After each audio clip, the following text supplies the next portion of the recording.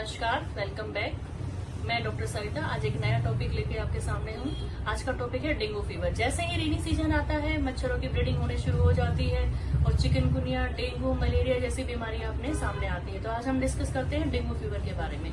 Dengue fever का जो positive organism है वो है एडीज, फीमेल एडीज मच्छर होता है, मॉस्किटो, उसकी वजह से डेंगू फीवर फैलता है। तो डेंगू फीवर कैसे फैलता है? जैसे एडीज मच्छर ने किसी एक पर्सन को काटा और उसको डेंगू हो गया। सेकंड, उसके दूसरा तरीका क्या है कि जैसे किसी पर्सन को उसने काटा है, उसको ऑलरेडी डेंगू फीवर है, अगर कोई और मॉस्किटो उसको काटता है और वो किसी दूसरे मच्छर को दूसरे पेशेंट को काटता है तो उसको डेंगू फीवर होने के चांसेस बढ़ जाते हैं। अब हम बात करते हैं types of dengue fever. Dengue fever के कितने प्रकार हैं? तो पहला है डेंगू फीवर, जिसमें फीवर होता है पेशेंट को और हल्के हल्के पिटाके आते हैं शरीर पे, वॉमिटिंग होती है, बॉडी एक होता है। डेंगू फीवर को बोन ब्रेक फीवर के नाम से भी जाना जाता है क्योंकि इसमें ऐसा दर्द होता है जैसे हड्डियां टूट रही हैं, उसके ज्वाइंट पेन करते हैं, उसको सीवियर मसल पेन होता है पेशेंट को। अब बात करते हैं सेकेंड टाइप। सेकेंड टाइप है हेमरेजिक डेंगू, हेमरेजिक फीवर। उसको ब्लीडिंग गम्स होंगे, जैसे मसूड़ों से ब्लीडिंग हो रही है, नाक से ब्लीडिंग आ रही है, कान से ब्लीडिंग आ रही है, इसको बोलते हैं डेंगू हेमरेजिक फीवर। थर्ड आता है डेंगू शॉक सिंड्रोम। ये बहुत ही सीवियर कंडीशन होती है, इसमें पेशेंट को इतनी ब्लीडिंग हो जाती है, उसके बाद पेशेंट धीरे धीरे शॉक में चला जाता है, इसको बोलते हैं डेंगू शॉक सिंड्रोम। अब हम बात करते हैं कि डेंगू के पेशेंट को क्या क्या आपको सिम्टम क्या क्या दिखाई देंगे। सबसे पहले उसको हाई ग्रेड फीवर होगा, मोर देन 102 डिग्री फीवर है पेशेंट को। और इस कंडीशन में क्या है कि पेशेंट के जो आई रीजन होता है, पेरीऑर्बिटल रीजन होता है, उसमें बहुत ही ज्यादा पेन होता है। फिर उसके शरीर पे हल्के हल्के चकते दिखाई देंगे, हल्के हल्के पिटाके दिखाई देंगे। जैसे कि मैंने अभी बताया आपको, इस कंडीशन में पेशेंट को इंटरनल ब्लीडिंग शुरू हो जाती है, उसकी जो माइनर आर्टरीज होती है वो ब्रेक हो जाती है प्लेटलेट कम होने की वजह से, और वहां पे हल्की हल्की ब्लीडिंग होती है। इससे जो आपके अपर स्क्रीन है, स्किन के ऊपर से आपको धीरे छोटे छोटे रैसेस दिखाई देंगे। थर्ड आता है कि इस कंडीशन में पेशेंट को मैंने आपको ऑलरेडी बताया कि इसको बोन ब्रेक फीवर बोलते हैं। तो सीवियर मसल पेन होगा, ज्वाइंट पेन होता है, एब्डोमिनल पेन भी आता है। सामने कई पेशेंट को, किसी किसी पेशेंट को वॉमिटिंग भी, सीवियर वॉमिटिंग होती है और लगातार वॉमिटिंग होती है, परसिस्टेंट वॉमिटिंग होती जाती है इस कई केसेस में। अब हम बातें करते हैं कि इसमें क्या रिक्वायरमेंट होती है। जैसे अभी मैंने बताया कि प्लेटलेट कम हो जाती है डेंगू फीवर में, तो उसको हाई फ्लूइड्स डाइट देनी चाहिए, ज्यादा से ज्यादा पानी पिलाना चाहिए।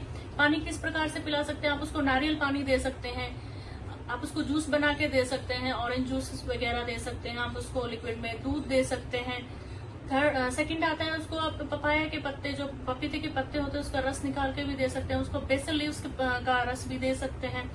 थर्ड आता है उसको स्पिनच, पालक जो होता है, पालक के पत्ते खिलाइए, उसको ऑरेंज का जूस दीजिए। और जैसे मैंने बताया कि इसमें वीकनेस आती है, मसल पेन होता है, उसको अनार दीजिए, उसको थोड़ी स्ट्रेंथ मिलेगी।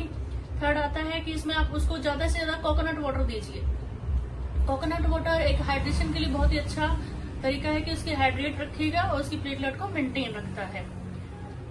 अब बातें करते हैं कि क्या क्या दे सकते हैं। अगर होम रेमेडीज काम नहीं करती हैं या फिर साइड बाय साइड उसको आप मेडिकल ट्रीटमेंट आप घर पे ही देना चाहते हैं, तो क्या दे सकते हैं? फर्स्ट, इसमें देखो हाई फ्लूइड डाइट देनी चाहिए। पेशेंट को किसी डॉक्टर के पास ले जाकर उसको आईवी थेरेपी दिलवानी चाहिए, आईवी फ्लूइड्स उसको दिए जाते हैं। थर्ड सेकंड उसमें कि जैसे फीवर है हाई ग्रेड, तो उसमें प्लेन पैरासीटामोल जो होती है, एसिटामिनोफेन 650 mg उसको दी जाती है। थर्ड, उसको अगर वॉमिटिंग है पेशेंट को तो उसको एंटी एमेटिक्स दिए जाते हैं। अगर पेशेंट को पेन है, पेन एब्डोमेन है, गैस्ट्राइटिस है, तो उसमें हम एंटासिड्स भी केसेस में देते हैं। नाउ हम देखते हैं कि कौन कौन से अलार्मिंग साइन है किस कंडीशन में आपको तुरंत डॉक्टर के पास जाना चाहिए। अगर पेशेंट को परसिस्टेंट वॉमिटिंग हो रही है, लगातार वॉमिटिंग किए जा रहा है, अगर उसको कोई भी मेडिसिन असर नहीं कर रही है, पेशेंट को कंटिन्यूस फीवर है, हाई ग्रेड फीवर है, 102 डिग्री फीवर है, तो आपको तुरंत डॉक्टर के पास जाना चाहिए।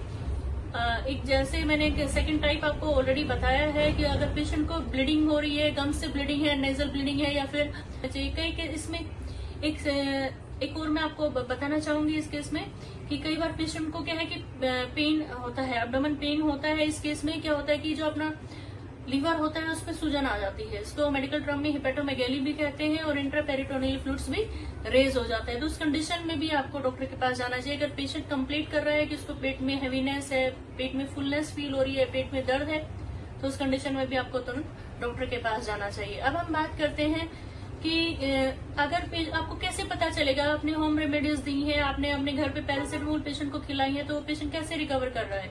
तो रिकवरी फेज में क्या क्या होगा, पेशेंट का जो पेन है वो सबसाइड होने लगेगा, धीरे धीरे पेशेंट बेटर फील करेगा।